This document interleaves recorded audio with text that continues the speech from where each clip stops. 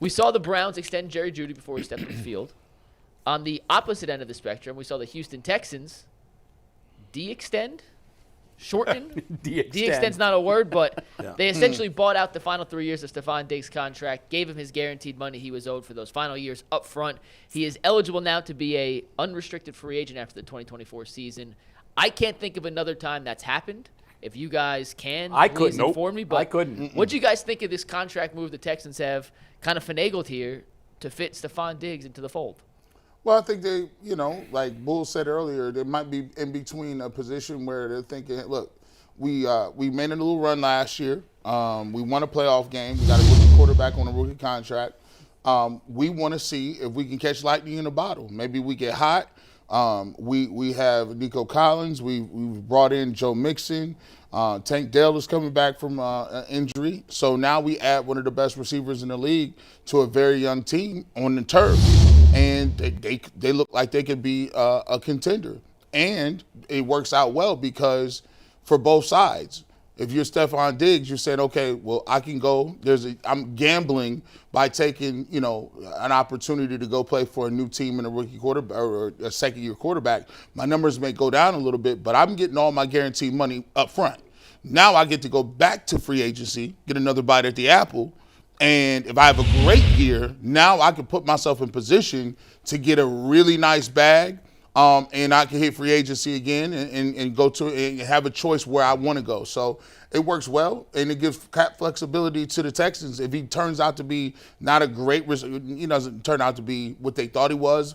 Maybe he isn't explosive. Maybe he lost a step. They get out in 3 years, and they, wipe your hands free, go back into the, free agency, go get another quarterback or a receiver, and go draft a receiver if they want to. Yeah, I mean, this is a great move for both sides. I mean, it's irrelevant how much they're paying him because it's only 1 year. That's exactly right. The Texans, I think, had the fourth or fifth most cap space before this move. So they had plenty of cap space, and they can do it because their quarterback's on his rookie contract. That's exactly right. Right? That's why. And what they thought is like, okay, he's old. I mean, he's not old. He's 30. But he's getting to the age as where a wide receiver where the production starts to fall off. Right. And at the end of this 4-year contract, well, we're going to have to start paying not Deshaun Watson, C.J. Stroud. So, let's take that out of the equation. We got tons of cap space now. Let's pay him a boatload of money now. Yep. If he's great, maybe we can work something out next year. If he's not, okay, we wasted money 1 year. Who cares? That's just the owner. That just doesn't affect the team. Yesterday, we did a really fun assignment. We spent a long time on this. We ranked the top 10 teams in the AFC in terms of running back, wide receiver, tight end combined. Okay. The Browns finished fourth we had them? We had them fourth, correct. The Browns fourth. The number one team was the Houston Texans. Well, Bull, that's not even including the quarterback who I think we all love. He's got to prove it. You got to do it 2 years. I want to see it a second time, but I think if he does what he did last year, next year, he's a top 5 quarterback in the AFC. 100%. So, AFC, the NFL. Perhaps. Yeah. Perhaps.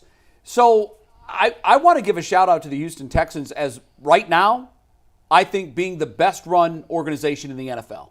And they, for years, had been the worst. Without question. One of the worst. I mean, to me, when you look at some of the things they've done in the 5 years preceding, you're scratching your head saying, where are they going? What are they trying to accomplish? Yeah. I don't know if this is a situation where the owner finally said, I suck.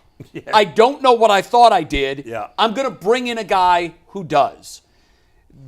Look at last year, they had the offensive rookie of the year and the defensive rookie of the year. Mm-hmm.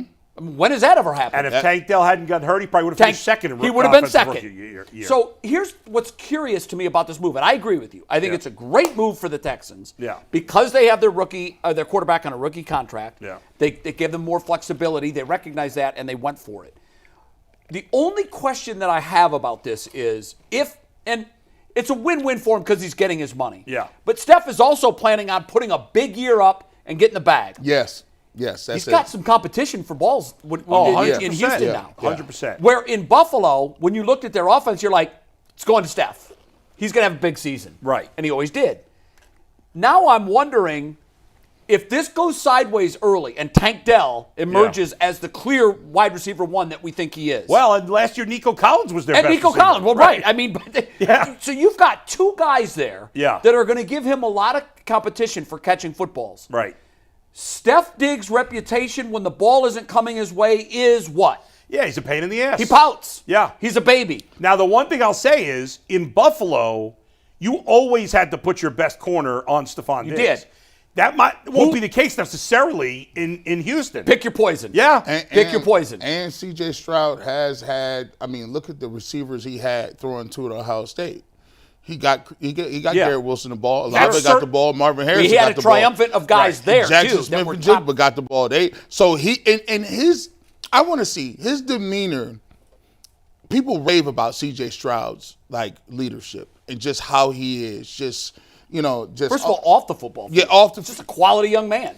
And the one thing I'll say too is, apparently, Stefon Diggs had I was reading yesterday that the Bills had said, hey, you could kind of talk with all these teams, and you said you can't talk to the Chiefs, apparently. That was the only team he couldn't talk to. Yeah. And so good, shout out to them for that. So, he knows what he's getting into. He knows the Texans have all these good players. Sure. But I think they're going to be a team that throws the ball a ton because they got a great quarterback. I think they are, if I'm picking a dark horse right now, it's the Texans. And I don't even know if they qualify as a dark horse because they won a playoff game last year. But I think when you ask 100 NFL experts, what does the AFC look like, you're going to get 3 teams. And Houston's not going to be in them. So that's why I say who are the 3? Kansas City, Cincinnati, and Buffalo. See, I think Houston replaces Buffalo now as the 3rd team. Or do they replace Cincinnati? I don't know. Maybe. I just look at as much as I think Josh Allen's great, who's around Who's going to catch the football there now? They got worse skill position players. Like we were talking about the Chiefs. Oh. The Chiefs have a better running back than the Bills. They have a better tight end, and Rashee Rice is better than any receiver they have. James Cook's better than Pacheco. I don't agree with that. James Cook was terrific last year. I know he was. I'd still rather have Pacheco. Pacheco. But they both have value. I think for the Texans, my overarching thought about what they've done in the last 2 years is eye-poppingly impressive. 100%. And I think they're going to be in the mix next year to make a deep 100%. Run in the AFC. At very least, they will be on TV a boatload of time. We're As going to they see should. They're going to be fun to watch. When that national schedule comes out, Houston's going to be on it. Yeah, no doubt. They're a legitimate contender. I always think about this, though. Do you think – because, Deshaun is very connected still in Houston, right? And they still like him down in Houston. There's a lot of people that still do. Do you think he looks at that, at the Houston Texans team and says, I got to get my team on that level. I got to get my team on that level. If he's being honest with himself. Right. And he were to be asked if all things were be equal. Yeah. Would you rather be in Houston right now or Cleveland and forget all of the history with Houston? He would probably look at that Houston roster and say, yeah, I'd like to be there. We know he doesn't like playing in cold weather. Yeah. And he's got, the confines of a dome and comfy conditions in Houston.